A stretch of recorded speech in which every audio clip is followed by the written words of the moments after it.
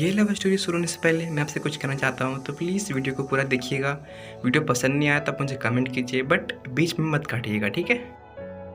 राहुल को 14 साल की एज में ही किसी लड़की से प्यार हो गया था। राहुल उस समय 8 क्लास में पढ़ता था। राहुल की एज तो कम थी, पर यह मॉडर्न ज़माने में ज़्यादातर लोगों को इसी उम्र में प्यार हो जाता है। राहुल को उसी के साथ 8 क्लास में पढ़ने वाली लड़की से प्यार हो गया था। लड़की का नाम सानिया था। सानिया एक अमीर घर की बेटी थी। उम्र लगभग राहुल की ही जितनी रखती थी और दिखने में वो क्लास की सबसे खूबसूरत लड़की थी। सानिया के पापा एक सफल प्रॉपर्टी डीलर थे और वह अच्छे पैसे वाले लोग थे। राहुल मन ही मन उसे बहुत कुछ मान बैठा था, लेकिन वो अपने दिल की बात कहने से काफ़ी डरता था। राहुल के पिता एक स्कूल में टीचर थे। उसका परिवार भी एक सामान्य परिवार, मिडिल क्लास ही था।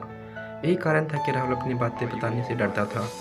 चलो, प्यार के कारण राहुल की एक गंदी आदत तो सुधर गई। राहुल स्कूल न जाने के लिए रोज़ नए नए बहाने बनाता था, लेकिन लव के चक्कर में आजकल टाइम से तैयार होकर चुपचाप स्कूल चला जाता था।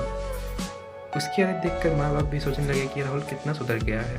पर उसको क्या पता था कि बेटा तो किसी को अपना दिल ले बैठा है। टाइम ऐसे ही बीतता गया, लेकिन राहुल ने सानिया को अपने दिल की बात बताने में जरा भी हिम्मत नहीं दिखाई।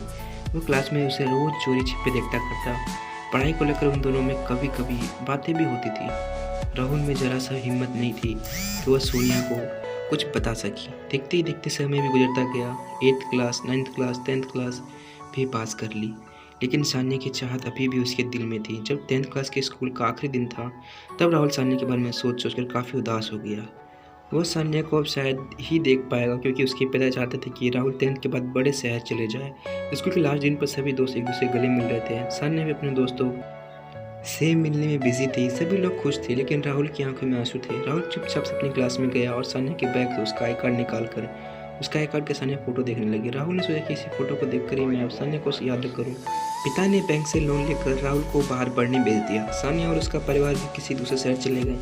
राहुल अब हमेशा के लिए सानिया से दूर हो चुका था। जैसे जैसे टाइम निकलता रहा, राहुल ने अपनी पढ़ाई भी पूरी कर ली और अब एक बड़ी सी कंपनी में जॉब करता है। अच्छी सैलरी भी है थी, लेकिन उसकी ज़िंदगी में एक ही इंसान की कमी थी और वह थी सानिया। वह हमेशा सानिया के बारे में सोचता रहता था। उसने बहुत कोशिश की सानिया से कांटेक्ट करने की, लेकिन वह कभी उससे नहीं मिल पाया। राहुल की उम्र को देखते हुए घर वालों ने उसकी शादी एक खूबसूरत लड़की से कर दी और सहयोग से उसका नाम भी सानिया ही था।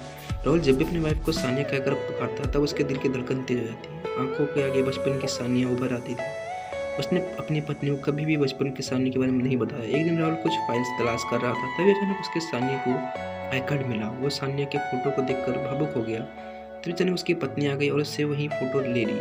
सानिया वाइफ, ये कौन है? मुझे इसके फोटो दिखाओ तो। राहुल, अरे कुछ भी नहीं, ये तो बस ऐसे ही मेरे बचपन के दोस्त का फोटो है। सानिया फोटो देखकर चौंक गई। सानिया वाइफ, अरे ये तो मेरी फोटो है, ये मेरी बचपन की फोटो है।